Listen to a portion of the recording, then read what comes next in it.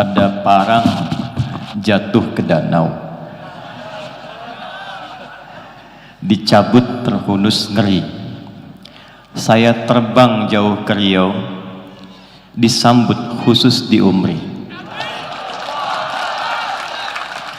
Bismillahirrahmanirrahim. Assalamualaikum warahmatullahi wabarakatuh.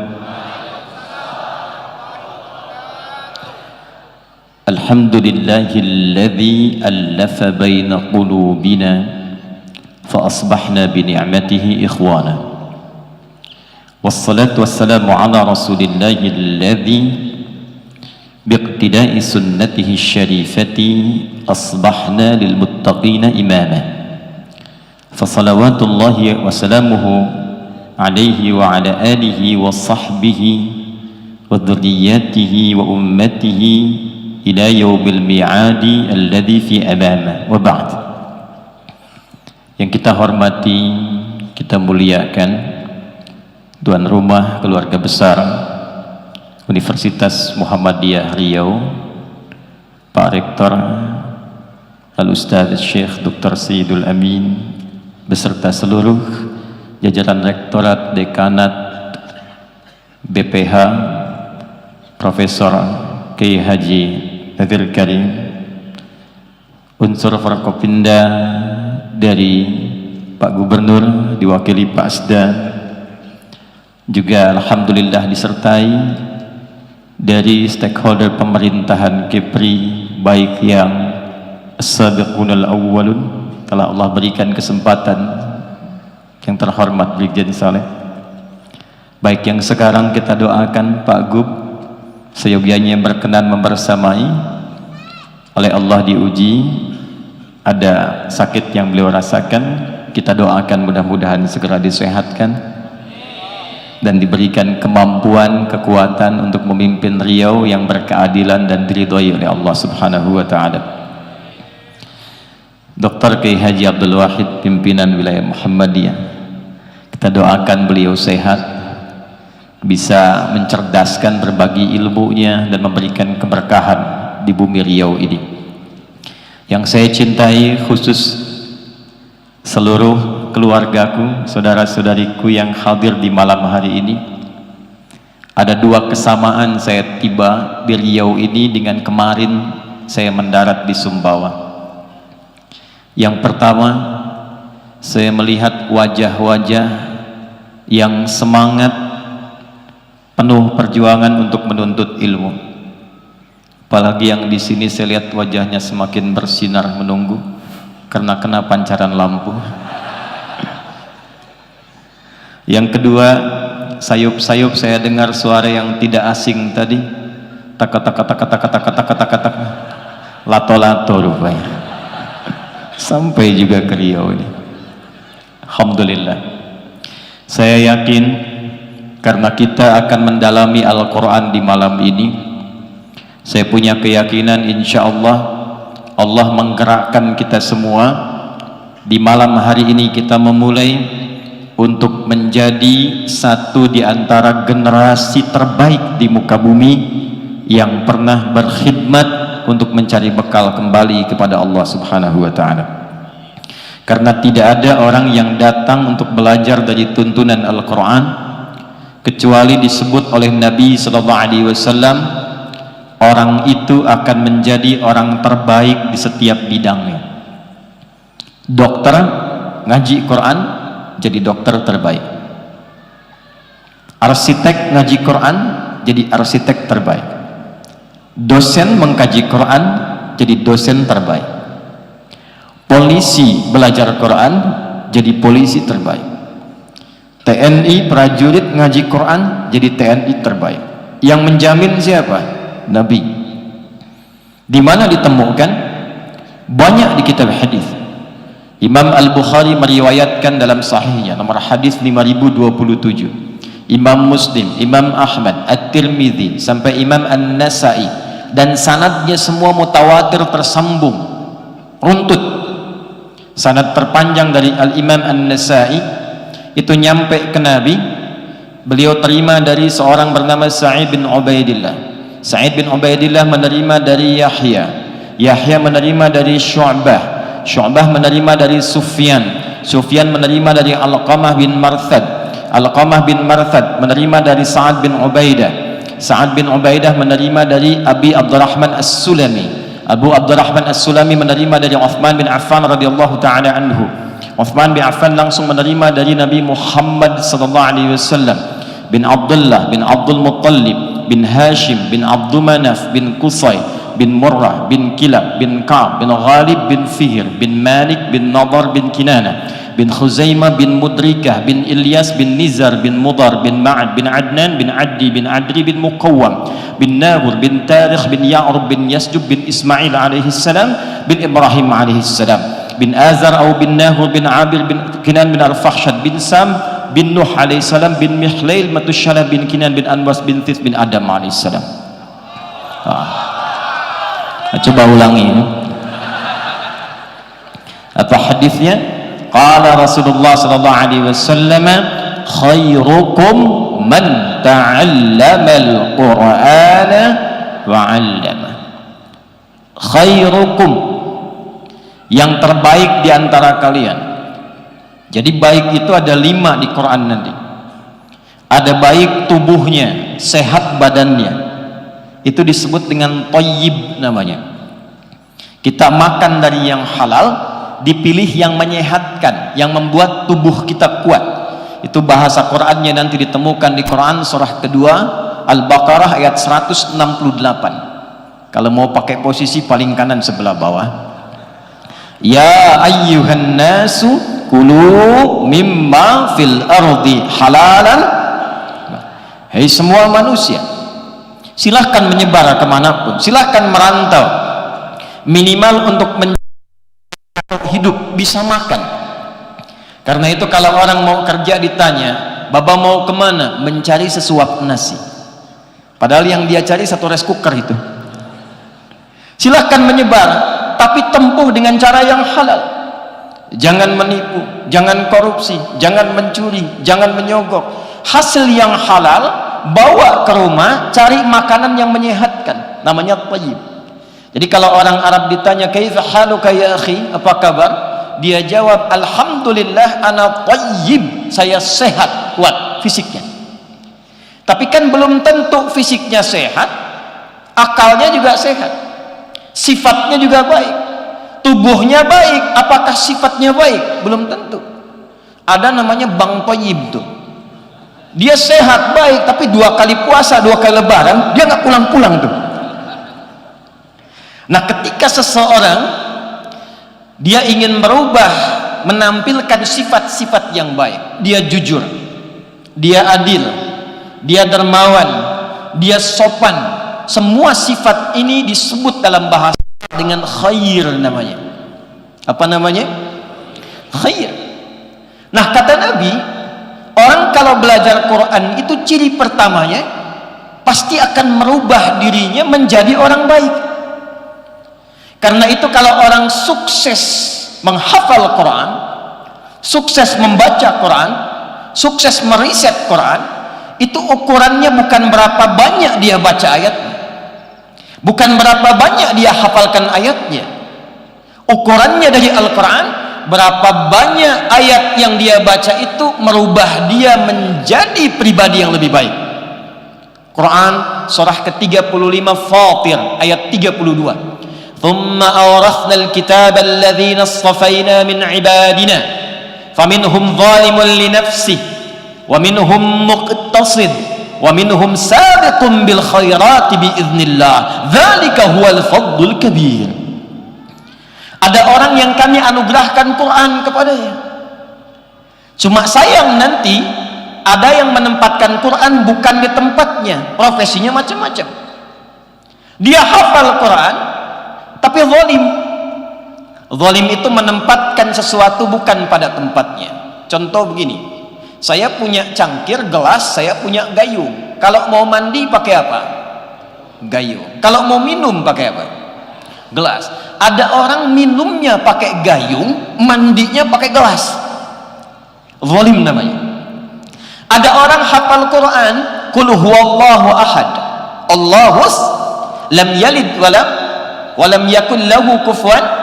Hafal dia saat yang bersamaan dia mengatakan semua agama sama, menuju pada Tuhan yang sama, cuma caranya beda-beda. Zalimul li nafsi. Hati-hati nih. Hadis Muslim 9 jilid syarah Imam An-Nawawi, lihat jilid pertama, nomor hadis yang 11 sampai 12. Qala Rasulullah sallallahu alaihi wasallam, sayakunu fi akhir ummati unasun, atau sayati alaikum zamanun, di riwayat lain, akan tiba satu masa engkau akan dapati orang-orang yang yuhadditsunakum bima lam tasma'uhu aw yasma'unahu aba'ukum. Kalian akan dengar ada orang-orang yang ceramah, nulis buku, nyampaikan satu pendapat, bicara tentang Islam, akan menjadikan kalian kaget karena belum pernah dengar sebelumnya. Kata Nabi, jangankan kalian, orang dulu pun kalau dengar itu bisa ikutan kaget. Jadi Abu Jahal pun kalau dengar itu bisa kaget juga. Abu Jahalnya tidak pernah mengatakan semua agama sama. Dia mengatakan kita beda, karena itulah kemudian dia bertindak yang salah. Orang sekarang ada yang berani mengatakan, mengambil ayat Quran, dia katakan semua agama sama. Kata Nabi, iyyakum wa iyyahum, waspadalah. Siapa ciri orang yang sukses dengan Qurannya? Wa minhum sabiqum bil khairati biiznillah. Dialah orang yang dengan Qurannya mampu merubah dia berperilaku lebih baik di hadapan Allah Subhanahu wa taala. Jadi insya Allah ini ada Pak Asda di birokrasi.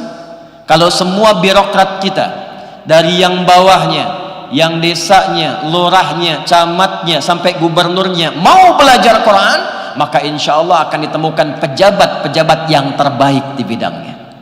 Masya Allah, sudah diaminkan Pak. Ya. Karena tangannya dekat dengan taat, megang Quran, jarinya tahiyat-tahiyat, gak akan pernah nyentuh maksiat. Pak Asda, ada proyek Pak, ini tolong Pak, ada fee-nya 1 miliar. Maka karena beliau dekat Quran, dia katakan, maaf ya, tangan saya ini tangan taat, jarinya jari tahiyat, tidak akan pernah berbuat maksiat. Masya Allah. Tapi fee-nya Pak, katanya infonya naik 10 miliar. Sebentar, saya istikharah dulu. Gak ada istikharah dalam maksiat. Jadi kalau kita mau kembali ke Quran, kembali mendekat kepada Al-Quran, apalagi di bulan yang mulia ini, maka ada jaminan dari Nabi, semua orang yang mendekat kepada Quran, apapun profesinya, maka dia akan dirubah langsung oleh Allah, sukses di bidangnya dan terbaik di bidangnya. Yuk kita lihat. Maaf ya, Nabi itu lahir di mana? Halo? Di Mekah. Mekah saat Nabi dilahirkan maju atau tidak? Baik. Lihat baik-baik. Yang pintar banyak tidak di sana? Baik. Yang pencuri banyak tidak? Yang penipu ada? Pezina ada? Pemabuk ada kumpul semua. Kalau kumpul keburukan, sifat dan orangnya disebut jahiliyah namanya. Kalau perbuatannya saja jahlun, orangnya jahil, digabungkan jahiliyah. Jadi kenapa disebut jahiliyah? Karena semua bentuk keburukan khatam di situ. Saya tadi bicara waktu siang di kampus, maaf, pemabuk itu yang paling amatir itu 5 kali mabuknya sehari. Jadi kalau belum 5 kali itu belum mabuk, belum amatir. Kebayang ya? Kalau ada pembegal, itu sekampung begal semua, nggak nanggung. Yang maju di Romawi, yang tinggi di Persia. Pada masa itu Mekah di bawah, nggak berkembang, keburukan banyak. Tapi menariknya ketika Allah mengutus Nabi Muhammad SAW, Allah tidak memberikan tongkatnya Nabi Musa, tidak memberikan mukjizatnya Nabi Isa alaihi salam, tidak menundukkan awan untuk dinaiki seperti Sulaiman alaihi salam, tapi yang diturunkan oleh Allah Al-Quran. Dan apa yang terjadi? ketika semua belajar Al-Quran sesuai dengan profesinya.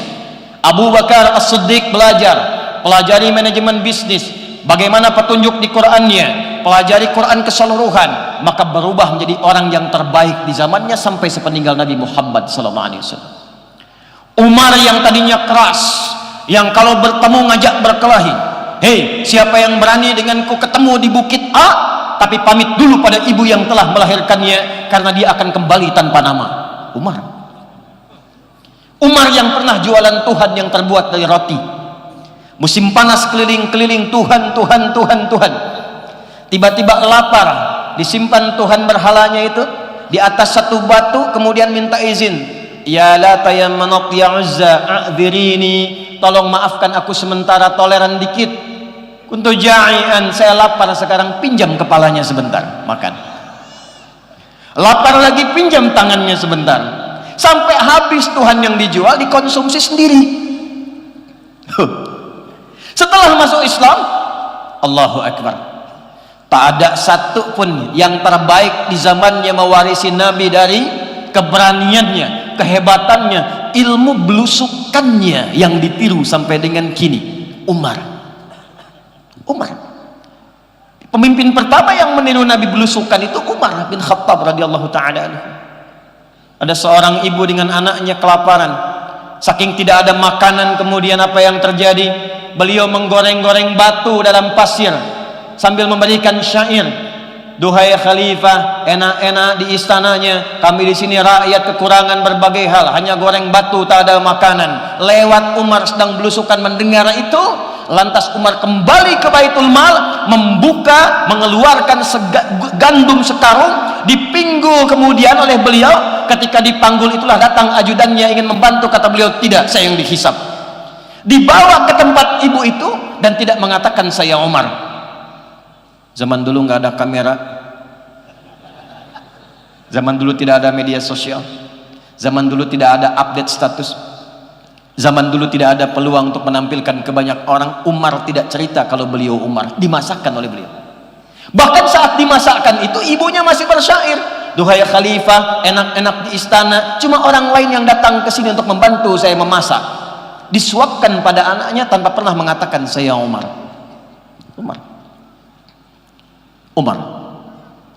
Kenal Utsman bin Affan? Ayo bilang kenal.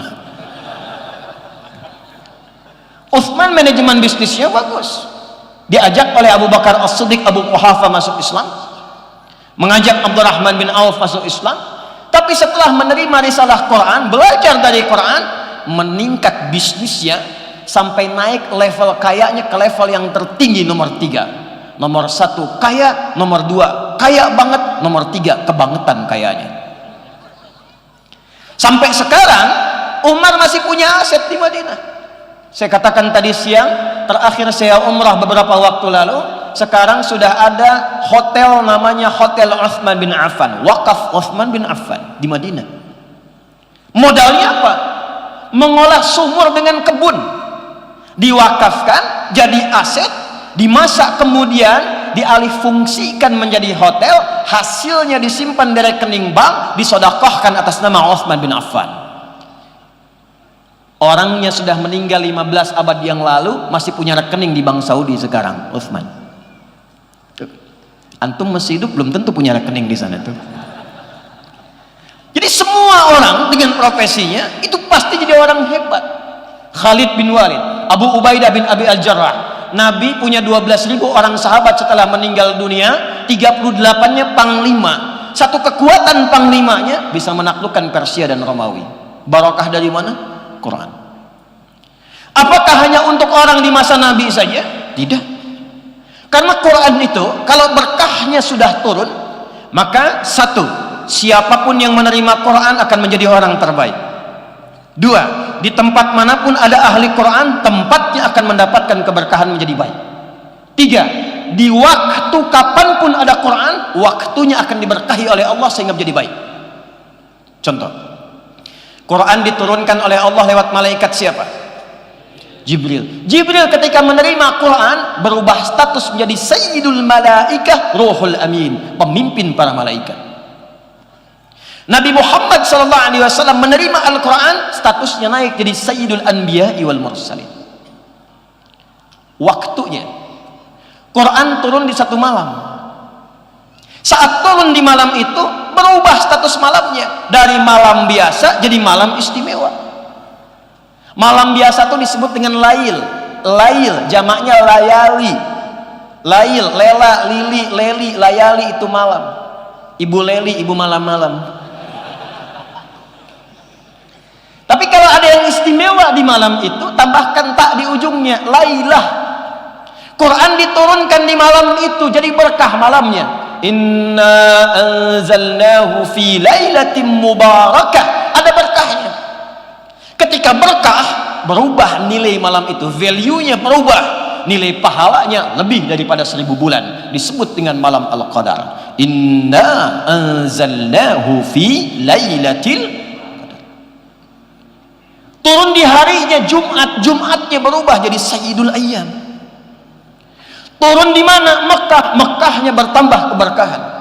Nabi pindah dari Mekah kemana? Dari Mekah kemana? Dari Mekah kemana? Bukan Madinah. Madinah itu ketika ada Quran. Saat Nabi pindah, pindahnya bukan ke Madinah, pindahnya ke Yathrib namanya. Yathrib. Yathrib itu nama satu dari umat Nabi Nuh yang setelah banjirnya reda 1 tahun 10 hari berpencar. Ada yang bernama Yathrib nanti bin Mahlil, kakeknya datang ke wilayah itu bertempat, disebut dengan nama orangnya, maka tempatnya disebut dengan Yathrib. Nabi datang ke situ, maaf sekali ekonomi tertinggal, pasar dikuasai Yahudi, dimonopoli, konflik tinggi, 600 tahun Aus dan Khazraj gak pernah tuntas, politik tajam, kriminalitas tinggi, pasarnya kotor. Datang ke situ, turun cahaya Quran, cuma 2 tahun berubah, berkembang jadi suasana kota, pasarnya stabil, orangnya jadi baik, kemudian jadi suasana kota yang mencerahkan, ilmu mulai banyak sehingga dikenal. Kalau ada pasar yang jujur, itu tuh di sana. Kalau ada orang-orang baik, itu di sana. Kalau ada orang-orang yang hebat, itu di sana. Semua menginspirasi. Suasana kota yang menginspirasi dalam bahasa Arab disebut dengan Al-Madinah Al-Munawwarah. Turun Quran jadi Al-Madinah Al-Munawwarah. Jadi Quran itu turun dimanapun, di tempat, di waktu, di orangnya, pasti merubah jadi baik. Apakah hanya di era Nabi saja? Tidak. Karena satu-satunya kitab suci yang dijadikan bimbingan sampai akhir masa kehidupan hanya Al-Quran. Taurat diturunkan pada siapa? Halo? Pada siapa? Musa alaihi salam. Untuk siapa? Bani Israel. Tahu dari mana? Quran. Ya, itu paling gampang, Quran. Quran surah 17 ayat yang kedua, wa ataina Musal kitaba, dan dengan keagunganku diberikan Musa kitab namanya Taurat. Quran surah ketiga ayat ketiga, ya, nazzala alaikal kitaba bil haqqi musaddiqan lima baina yadayhi wa anzalat Taurat. Apa fungsi Taurat? Balik lagi ke Quran surah ke-17 ayat 2, wa ataina Musal kitaba wa ja'alnahu hudan li bani Israil. Khusus sekomplek Bani Israel saja. Itu aja, nggak keluar. Nabi Isa dapat apa? Injil. Injil di dalamnya sama, hudan, tapi untuk siapa? Li Bani Israil. Quran beda. Ketika turun risalahnya, kalimatnya beda. Syahrul Ramadan alladzi unzila fihil Quran hudan lin nas. Hudan lin An-Nas disebutkan 241 kali dalam Al-Quran, mencakup semua manusia tanpa kecuali, tanpa batas. Dan oleh Allah dijadikan abadi karena dijamin melewati setiap masa. Karena itu dijaga semuanya, lafadznya dijaga, maknanya dijaga, keutamaannya dijaga, kemuliaannya dijaga. Nggak ada satupun kitab di muka bumi yang sejak diturunkan dibaca terus sama isinya, tak berubah. Zaman Nabi dibaca alif lam mim, zaman sekarang dibaca alif lam mim. Bukan cuman ayatnya, Tapi cara bacanya pun sama dan dijaga dengan ilmu. Tak ada satu buku bacaan di muka bumi yang dijaganya pakai ilmu, cuma Quran. Anda baca Quran nggak bisa biasa. Alif lam mim. Dzalikal kitabul la raiba fihi hudal lil muttaqin. Nggak bisa.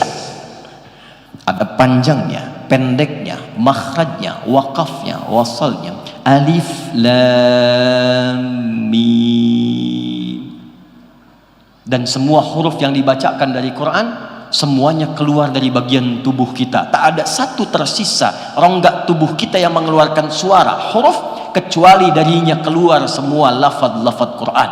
Seakan Allah ingin mengatakan karena kitab ini mulia, dilafadzkan secara mulia, maka bagian semua tubuh ini mesti bertasbih mengucapkan Quran dengan semua kemuliaannya. Dijaga ilmunya bernama tajwid.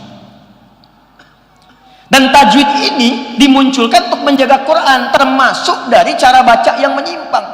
Zaman Nabi sudah ada baca syair, dan syair itu ada iramanya. Syarat syair itu ada 4. Yang pertama nanti ada fasaha, kedua uslub, ketiga khayal, keempat musik, ada irama. Ada irama. Rumusnya ada 16 disebut dengan bahar.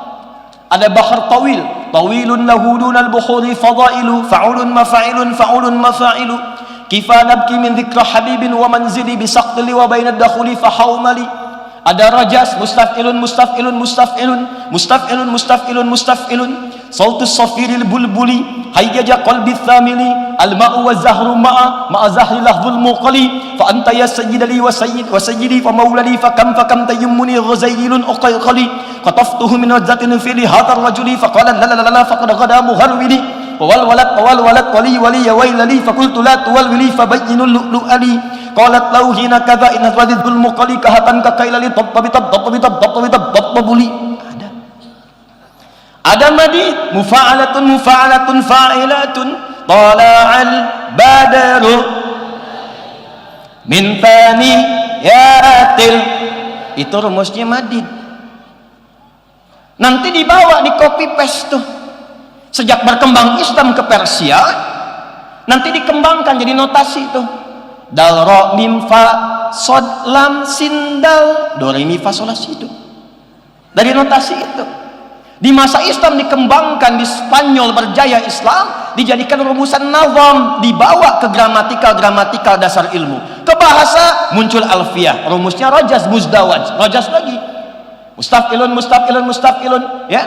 Kalamuna lafzun mufidun kastaqim, wasmun wa fi'lun thumma harfunil kalim, wahiduhu kalimatun wal qawlu am, wa kalimatun biha kalamun qad yu'am, bil jarni wat tanwini wan nida wa al, wa musnadin lil ismi tamyizun hasal, bita fa'alti atat wa ya if'alli, wa nun iqbalanna fi'lun yanjali.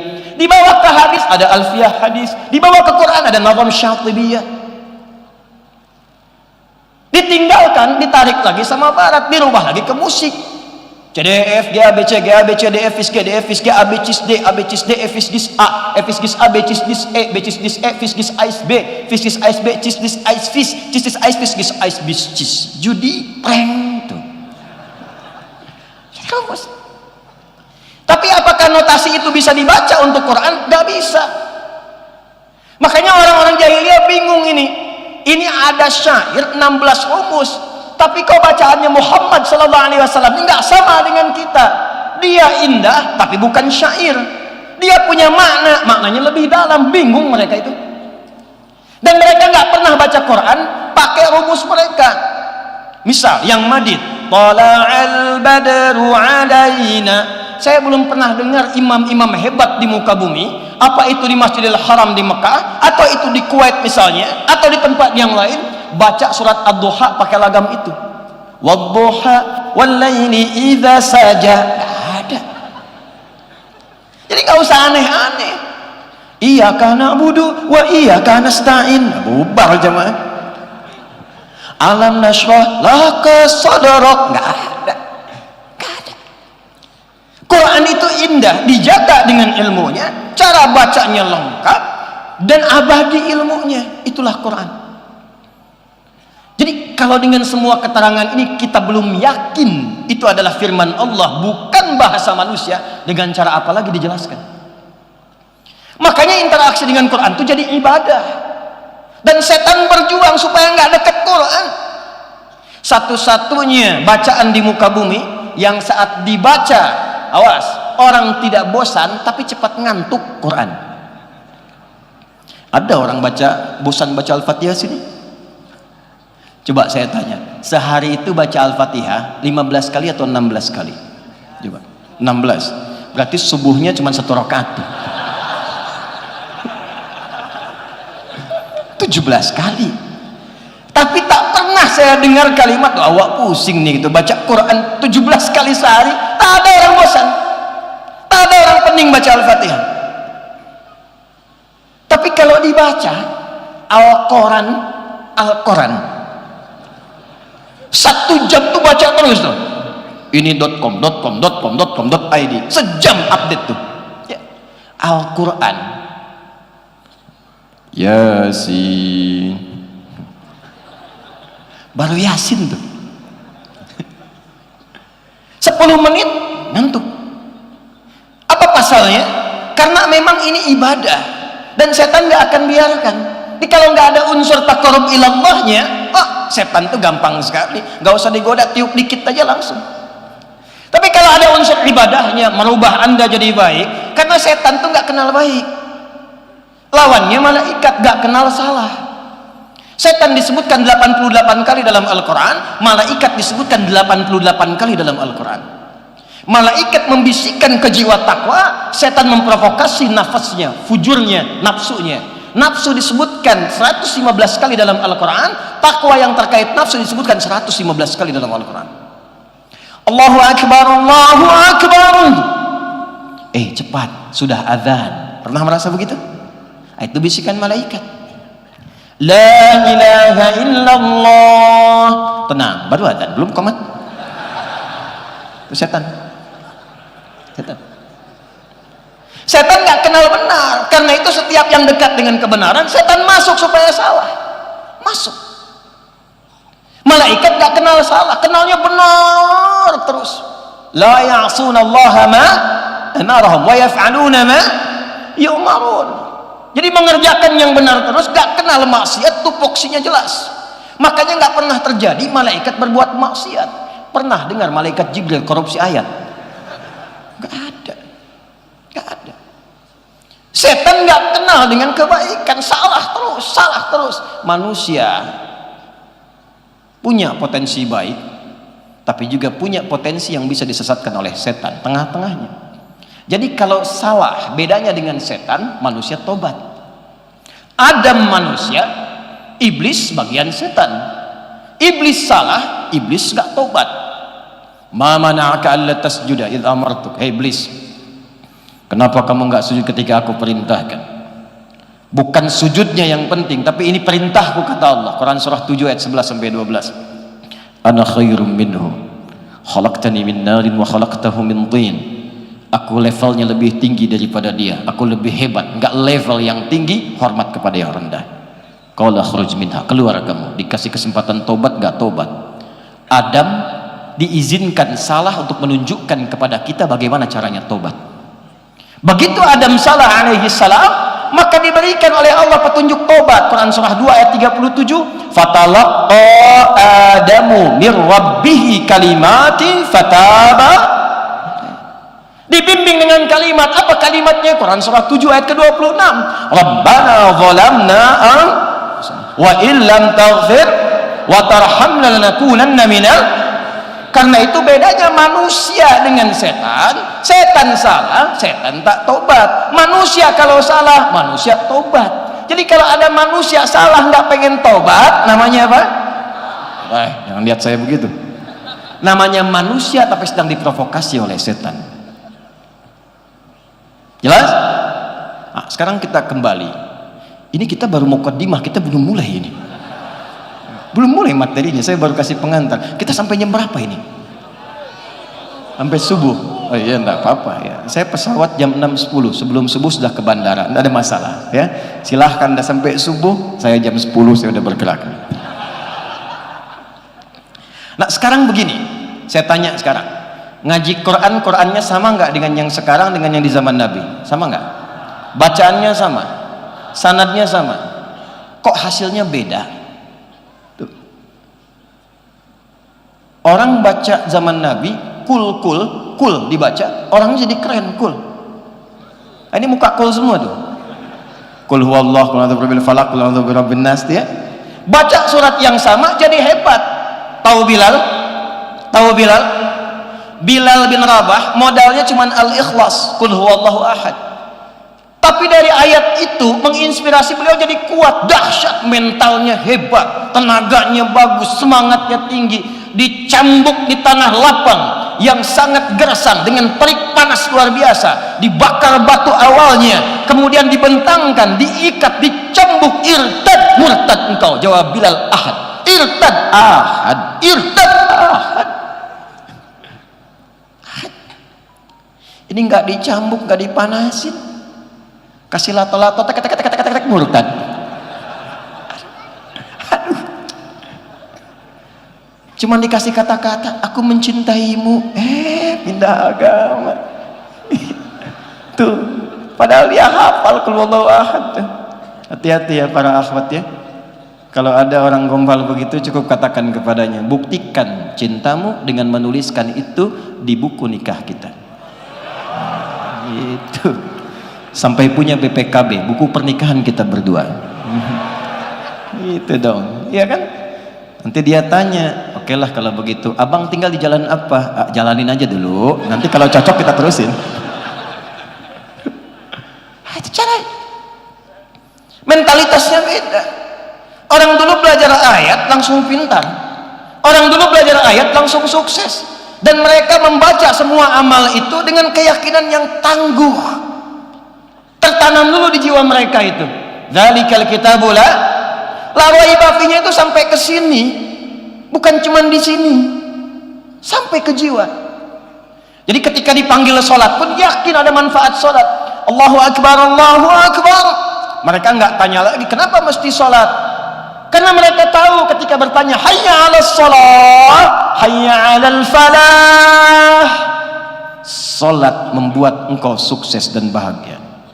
Karena falah dalam bahasa Inggris itu success and happiness. So if you want to translate falah in English, so the meaning contains success and happiness. There's differentiate between success and happiness even in Arabic. You want to say success in Arabic, so you can say in the word fawz. Paham? Pegal juga kita pakai bahasa Inggris ya.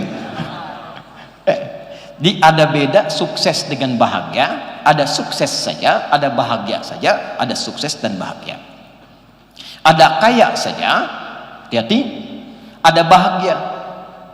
Ada kaya dan bahagia. Kalau saya boleh pilih ya, coba pilih nih. Kaya tapi gelisah atau miskin tapi tenang. Nggak ada pilihan ketiga, nggak usah maksa. Saya tahu Anda mau pilih yang ketiga, saya tahu. Nah, kaya tapi gelisah atau miskin tapi tenang, pilih mana? Terjadi perbedaan pendapat di kalangan masyarakat Riau. Kaya dan tenang, sukses dan bahagia. Bahasa Arabnya sukses dan bahagia namanya falah. Kalau digenggam namanya aflah. Orangnya disebut muflih, jamaknya muflihun. Salat melatih kita sukses dan bahagia. Hayya 'alal falah, ayo datang kepadaku, aku yang punya kesuksesan, aku yang punya kebahagiaan, aku yang punya segalanya. Sujud mereka yakin, berangkat kerja sukses, belajar sukses, pulang ke rumah bahagia. Orang sekarang baru dikasih adzan, Allahu akbar, Allahu akbar, kencengan tawanya kecilin. Oh.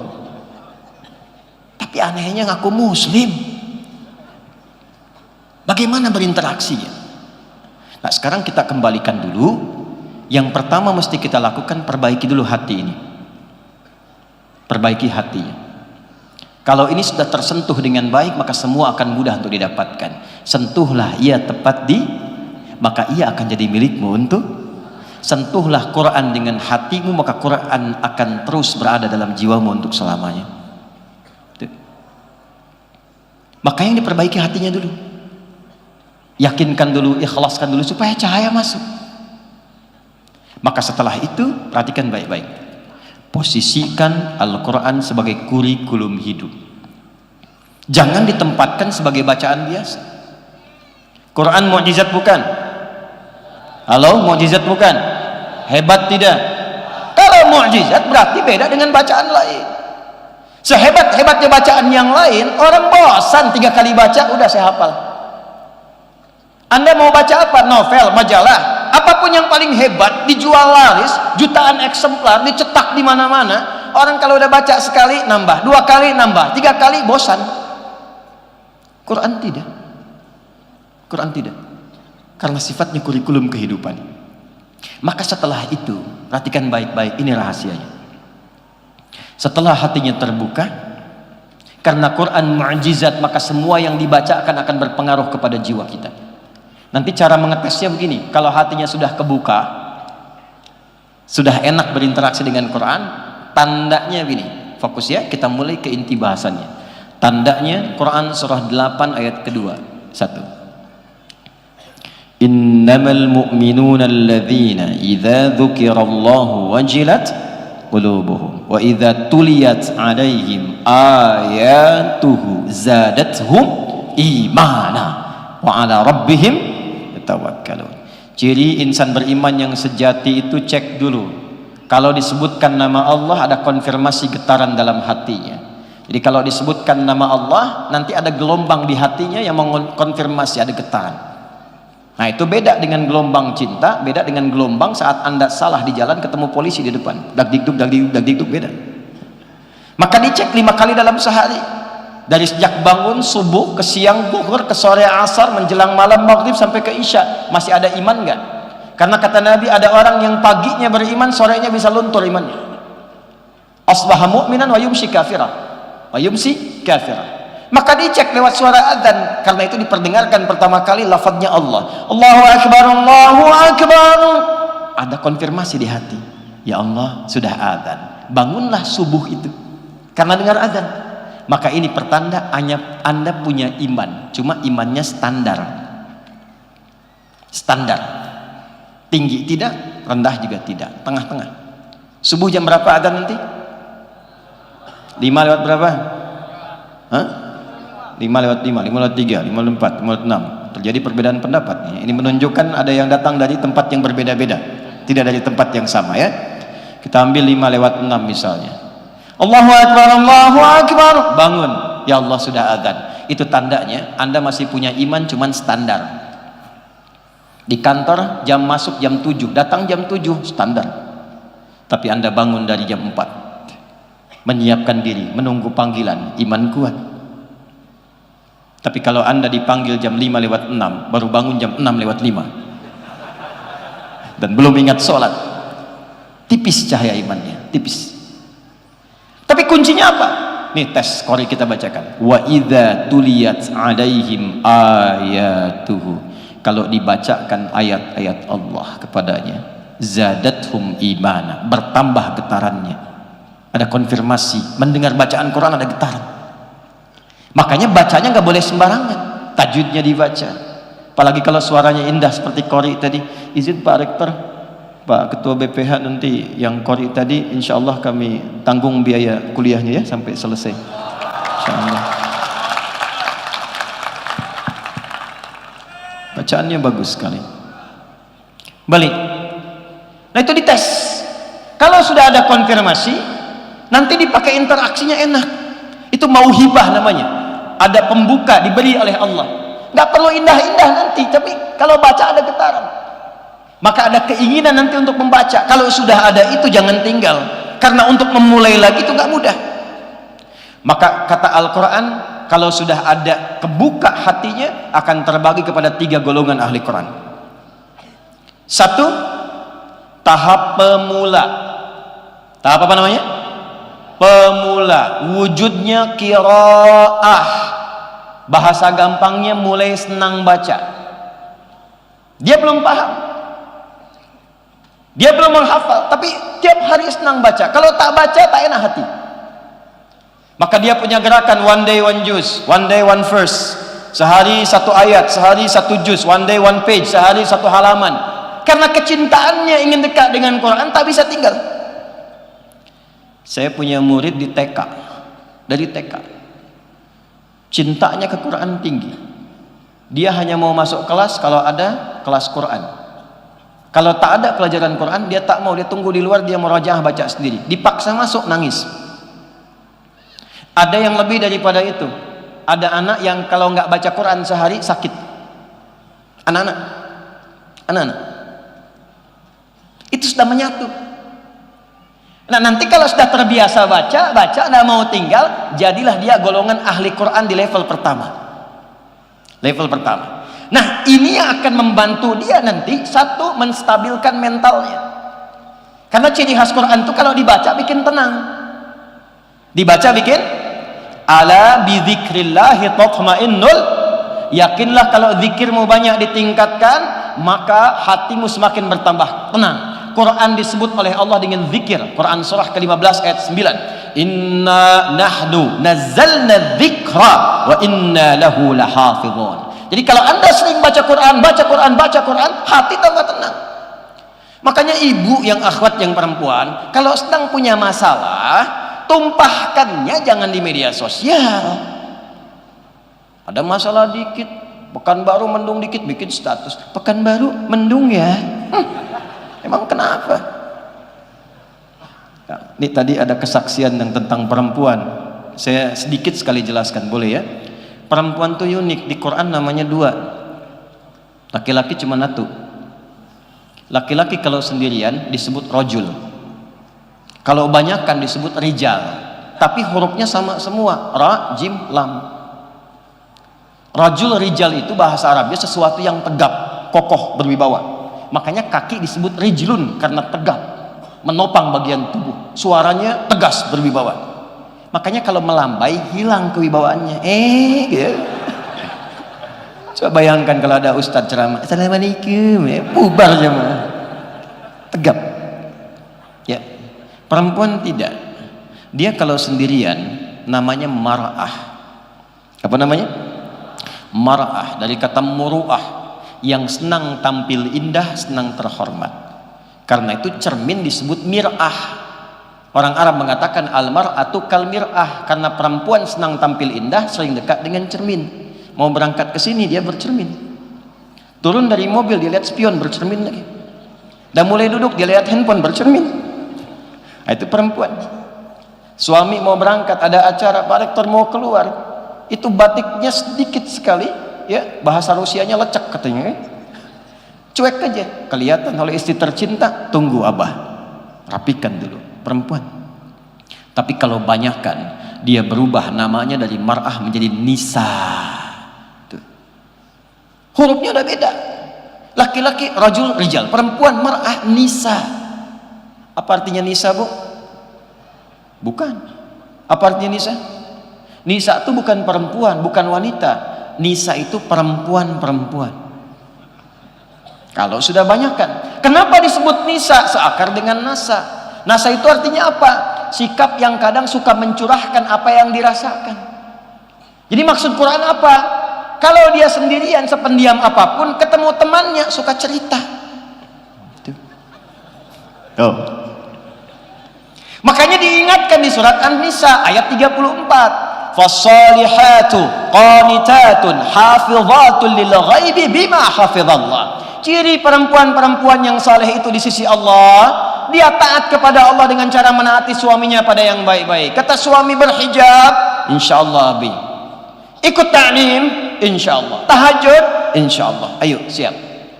Hafizatul lil ghaibi bima hafizallah. Dan dia menjaga kehormatan rumah tangga, terutama suami ketika tidak sedang bersamanya. Judulnya pengajian ta'lim. Datang ketemu kawan. Apa kabar ukhti?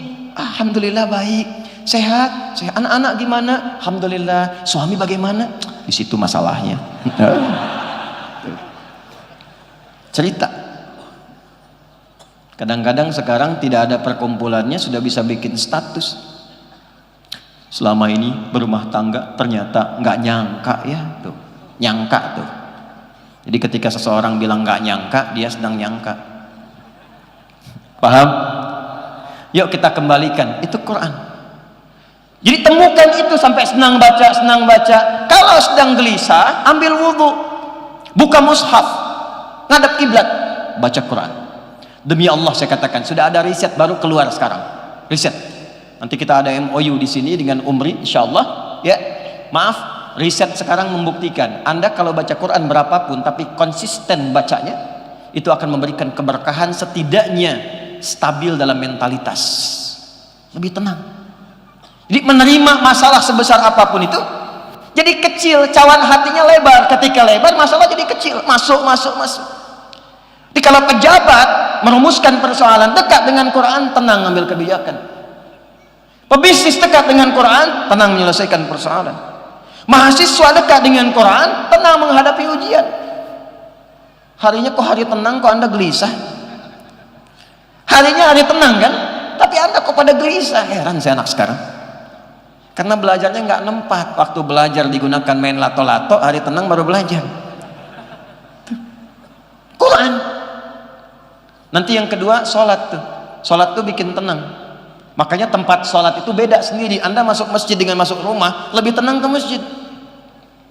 Makanya dulu orang-orang kalau kerja di zaman Nabi bisnis, keluar tuh ba'da syuruk dari masjid, pulang ke rumahnya. Ini bisa rumus nih teman-teman yang dagang, yang bisnis, pengusaha. Itu nggak langsung ke rumah, mampir masjid dulu. Sholat 2 rakaat, tawakal pada Allah, memohonkan, ya Allah saya telah berikhtiar seperti apa yang telah Engkau perintahkan, maka mohon berikan rezeki seperti apa yang telah Engkau janjikan. Makanya keluarnya pulang ke rumah yang dibawanya aura masjid, bukan aura jalan. Pulang ke rumahnya tuh aura masjid, tenang, enak, ketemu anak nyaman, main-main. Karena anak itu nggak kenal Anda sebagai direktur, nggak kenal Anda sebagai pimpinan. Anda jenderal, iya, di mana? Di kesatuan. Di rumah Anda ayah. Anda manajer, direktur, di mana? Di kantor. Di rumah Anda abi. Iya. Saya di sini Ustaz, alim, panggil Syekh. Di rumah mereka nggak kenal saya dengan Syekh, Ali, Ustaz. Tidak. Apa Anda pikir saya pulang ke rumah disambut Ustaz? Tidak. Anak saya butuh ayahnya. Buya, anak yang kecil yang mau 2 tahun, kita baru pulang dari Amerika, datang ditungguin malam-malam, tengah malam anak 2 tahun. Buya, Masya Allah. Adek, apa kabar? Buya bertanya-tanya, katanya, apalagi 2 tahun. Kita dengar aja lah, dia cerita, dia main kuda-kudaan, dia naik ke punggungnya, naik jalan-jalan. Alhamdulillah, dia rindu buyanya ternyata. Dia nggak kenal Ustaz, tak peduli dia. Kenal ayahnya. Masjid, bikin tenang.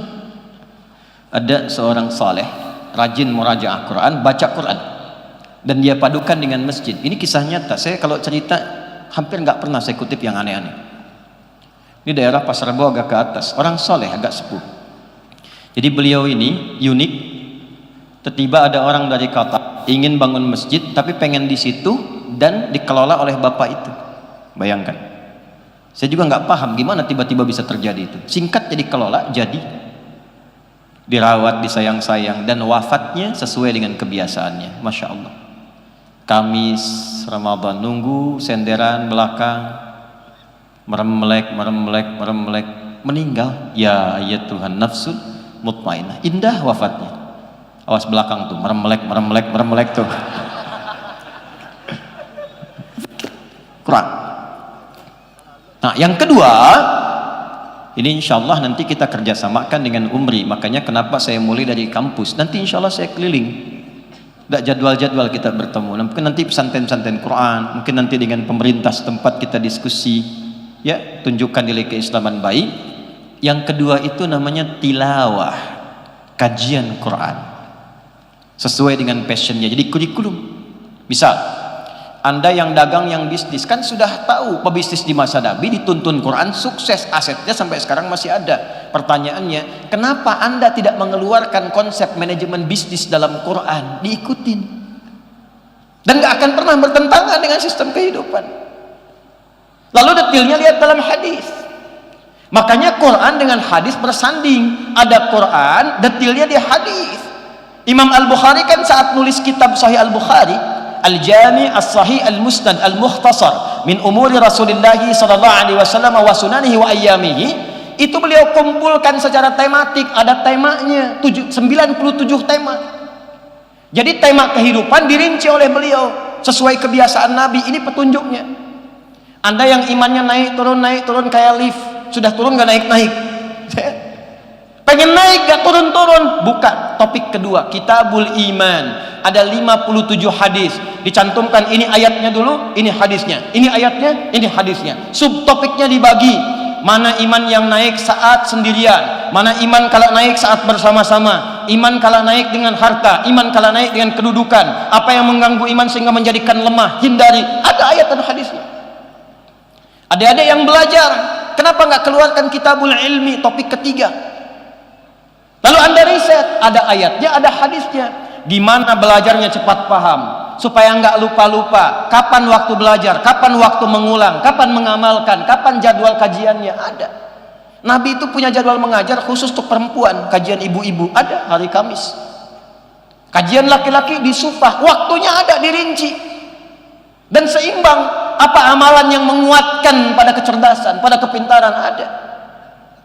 Semua. Nah, Anda yang pebisnis, keluarkan ayat-ayatnya. Ada Kitabul Buyu' dalam hadisnya, keluarkan. Gini cara mengelola harta, ini cara memanagenya, ini cara meneruskannya, ini aktifanya, ini nyusunnya, menghindari ribanya bagaimana, memprioritaskannya bagaimana, mendistribusikannya bagaimana, ada. Kata Nabi, la taqumus sa'atu, akan tiba masa-masa nanti sampai ke ujung akhir zaman. Zaman itu dibagi 3 akhir. Awal di akhir zaman pembuka, pertengahan akhir zaman, akhirnya akhir zaman. Akan ada masa, kata Nabi, satu taqarrubul aswaq, pasar mudah diakses. Hadis sahih. Dulu ibu ke pasar pakai ojek motor, pakai angkot, ya turun beli. Sekarang cuma klik datang sendiri. Nyata hadis Nabi. Taqarrubuz zaman, waktu semakin cepat, mudah diakses. Dulu mohon maaf, orang mau haji 6 bulan baru nyampe, baru pulang lagi 6 bulan. Begitu datang sudah lupa 6 bulan. Sekarang berangkat 8 jam bisa balik lagi 8 jam. Ke Riau, maaf, pakai becak berapa lama kapan sampainya? Pakai kapal laut ada terbatas. Pakai pesawat cuma 1 jam nyampe. Taqarrubuz zaman. Nah, sekarang dalam masa itu memanfaatkannya bagaimana? Tadi saya diskusi tadi. Ya, dengan bagian pengelolaan anggaran, pengelolaan distribusi dari penghasilan Pemprov dan sebagainya. Coba Anda bayangkan, kalau skema ini diterapkan dalam digital, misal di Kepri ini ada berapa kabupaten, misal di Riau ini ada berapa kabupaten, misal dari 12 kabupaten ini digitalisasi, mohon maaf sekali, bikin aplikasi setiap kabupaten, masukkan UMKM-nya ke situ. Siapa yang jualan beras, siapa yang jualan sabun, siapa yang jualan pakaian, siapa yang jualan sayuran, masukkan ke situ. Kabupaten A ketika memerlukan beras, klik, beli dari si fulan, langsung datang. Kerjasamakan dengan Bang Oleh, Ojek Soleh, dikelola oleh pemerintahan setempat. Dananya muter di situ, kembangkan. Kalau nggak ada di situ, baru ke kabupaten lain. Hasilnya dikumpulkan, bikin kemudian di situ program Amin, Ansor Muhajirin. Yang kurang-kurang tampilkan di webnya, kelihatan sama yang lain. Butuh apa rice cooker? Sedekah rice cooker, nggak harus semua uang. Nanti hasilnya dikumpulkan, ada zakatnya, klik, langsung mengikat, langsung digitalisasi. Tu'khadhu min aghniyaihim wa turaddu ala fuqaraihim. Di kabupaten A berapa mustahiknya? Berapa muzakkinya? Yang ahli zakat kumpulkan, lalu subsidikan dulu kepada yang lain, berikan modal-modalnya. Nanti kalau kelebihan, setorkan ke atas, ke provinsi, subsidikan ke kabupaten lain. Pakai itu, selesai. Setidaknya kemiskinan dan program prasejahtera bisa ditekan. Itu cuma setengah hadis. Setengah hadis, Anda bayangkan. Itulah tilawah, itulah riset.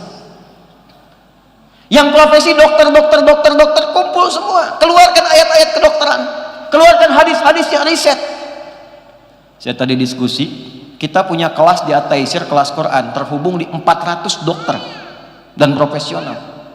Saya tanya dokter mata, dok, bagaimana ciri mata yang sehat? Kata beliau, kalau memantulkan optik yang sempurna, bendanya jelas terlihat. Saya bilang, yang begitu banyak, cuman saya keluar dari masjid, banyak saya lihat orang, dia betul lihat sendal, tapi dia nggak bisa bedakan mana sendal dia, mana sendal orang. Dia keluar masjid enak saja. Mana sendal saya, lupa saya taruh tadi ya. Dia pakai sendal bagus, padahal dia ke masjid tak pakai sendal. Saya tak tahu Ustaz kalau itu. Nah, inilah pentingnya Quran. Maka di Quran diterangkan antara hubungan mata rohani, mata batin dengan mata fisikal. Mata fisik dibimbing oleh iman. Qul lil mu'minina yaghuddu min absarihim wa qul lil mu'minati yaghuddna min absarihinna. Surah 24, surah Cahaya 30 ayat 31. Maka matanya melihat dibimbing imannya sehingga dia bisa bedakan. Masya Allah, berubahlah dokter itu. Kalau ada yang datang ke kliniknya punya penyakitnya bukan fisik tapi hati, maka dituliskan resepnya oleh beliau, bukan ke apotek, Quran surat sekian ayat sekian, pulang. Sekarang banyak penyakit, kalau sudah sehat mulut dibimbing oleh imannya, maka yang keluar yang baik-baik, nggak ada celaan, nggak ada ribut-ribut, baik-baik semua. Keluar dari sini lihat baligo, ada maksiatnya, begitu dilihat palingkan, lisannya astagfirullah, paling. Nggak ada terlambat, dilihat tapi istighfar, astagfirullah, salah. Ya balik. Ini kelas kedua. Yang ketiga, yang terakhir, hafalan. Kita lihat tapi bawa mushaf. Wah, suasana gelap di belakang, nggak bisa dilihat mana ayatnya tadi. Ketemu nggak ketemu halamannya. Bawa, simpan di sini. Simpan di sini. Qiraah, tilawah, hifz, tahfidz, hamilul Quran, hafalkan Qurannya. Dan ternyata 4 kali Allah sampaikan di Quran. Sekali aja cukup, 2 kali lebih dari itu cukup, 4 kali nggak percaya keterlaluan. Quran surah 54 ayat 17, ayat 22, ayat 32, ayat 40. Walaqad yassarnal Qur'ana lidzikri fahal min muddakir.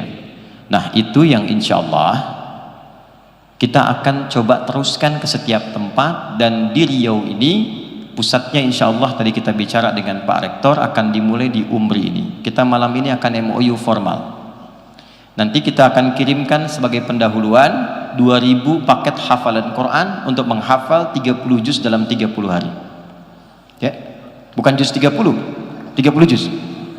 Dan ini terbukti insyaallah. Nanti di Bekasi itu ada yang 24 hari, 25 hari, ada yang rekor 14 hari. 14 hari.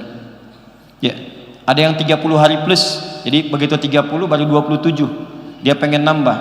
Ya, ada yang sampai 40, 49 usianya. Apakah dipikir anak-anak 14, 15? Tidak. Ada yang 49 tahun, 50 tahun, ada yang 82 tahun ikut. Maka saya berharap nanti insya Allah dari sini akan terpancar ahli-ahli Quran biiznillah. Ya. Yang kedua, nanti kita akan siapkan untuk riset di sini. Nanti dari hasil riset kami coba nanti, tadi juga ada dari Pemda, kita akan diskusi. Insya Allah ahli-ahli Quran yang dididik di Makra, kalau sudah selesai 30 juz, nanti boleh sinergikan dengan kami. Nanti kita akan didik dengan ilmunya, kita kirim ke cabang kita di 19 negara. Nanti mungkin ada yang kita kirim ke Amerika, ada yang kita kirim ke Korea, kita kirim ke Jepang. Insya Allah nanti, dan nanti diskemakan belajar supaya bisa keluar negeri, pulang-pulang sudah banyak ulama dari Riau ini insya Allah. Ya. Nah, jadi saya tak perlu kesini lagi. Jadi Bapak Ibu sekalian, itu yang bisa saya sampaikan. Yang terakhir, saya minta semua rukun dengan tujuan yang sama. Semua bentuknya untuk memfasilitasi. Kendaraan satu tujuan, ada yang bis, ada yang merek-merek tertentu saya nggak sebut supaya nggak endorse. Ya, besar, kecil, biasa, tinggi, rendah, tujuannya sama. Maka yang di Muhammadiyah, yang di NU, yang di Persis, Dewan Dakwah, semua kompak dengan satu tujuan. Saya memulai dari sini untuk memberikan pencerahan, memberikan inspirasi supaya berkemajuan. Tapi saya harapkan insya Allah Umri akan menjadi satu kampus yang terbuka, yang mengakomodasi semua kepentingan Islam supaya bisa memunculkan inspirasi dari Riau. Kita berikan pesan pada dunia global, bahkan akan ada kemajuan yang menjadi tantangan di peradaban insya Allah. Takbir, takbir.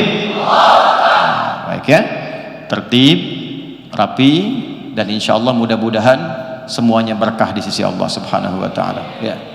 Baik, saya kira kita butuh waktu untuk beristirahat, menyiapkan kembali, dan mengeksekusi apa yang telah kita siapkan. Insya Allah tahun ini terpilih 2 orang dari Riau untuk berangkat. Hari Kamis kami berangkatkan untuk jadi calon ulama.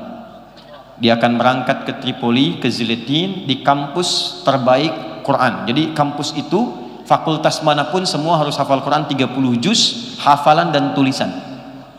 Hafalan dan tulisan. Jadi dia nggak akan lulus kecuali hafal Quran secara hafalan dan tulisan. Mohon didoakan karena kami amanatkan sampai S3. Boleh pulang libur tapi jangan selesai sampai S3. Insya Allah ke depan tidak boleh 2 orang, harus lebih daripada itu. Kita punya kerjasama dengan 19 negara. Tahun ini nanti insya Allah ada dari Madinah, ada dari Mekah, ada dari Al-Azhar, ada dari Sudan, ada dari Turki, ada dari Tripoli, beberapa yang lain.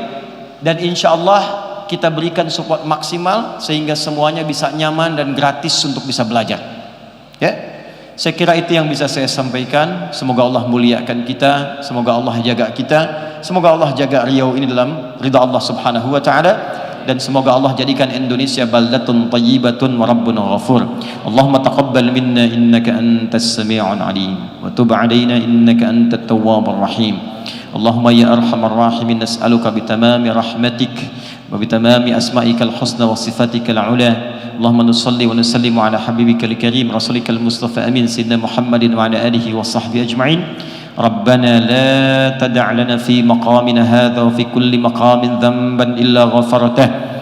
Ya Allah, kalau ada pendosa di lingkungan tempat ini atau di sekitarannya, maka mohon jangan biarkan ia pulang meninggalkan tempat ini kecuali Engkau ampuni seluruh dosa-dosanya.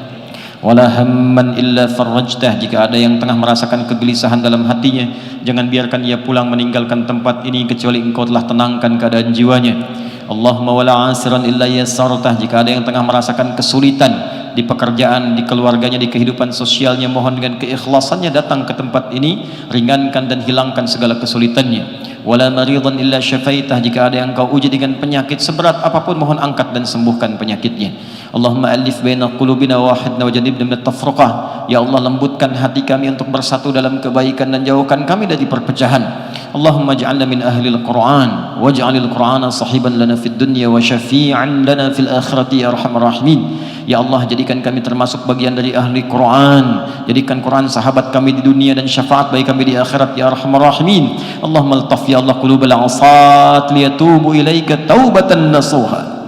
Ya Allah, mohon lembutkan hati-hati pelaku maksiat di malam hari ini agar ia sadar dan mau bertobat kepadamu sebelum Kau wafatkan ya arhamar rahimin. Ij'al baqiyata hayatina hayatun thayyibah wa akhir wafatina husnal khatimah.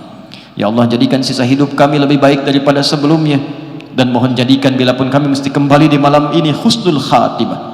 Haffif lisanana an naqula kalimat at-tauhid la ilaha illallah Muhammad Rasulullah. Ya Allah, mohon di sakaratul maut nanti, di sakaratul maut nanti mohon ringankan lisan kami mengucap kalimat tauhid la ilaha illallah.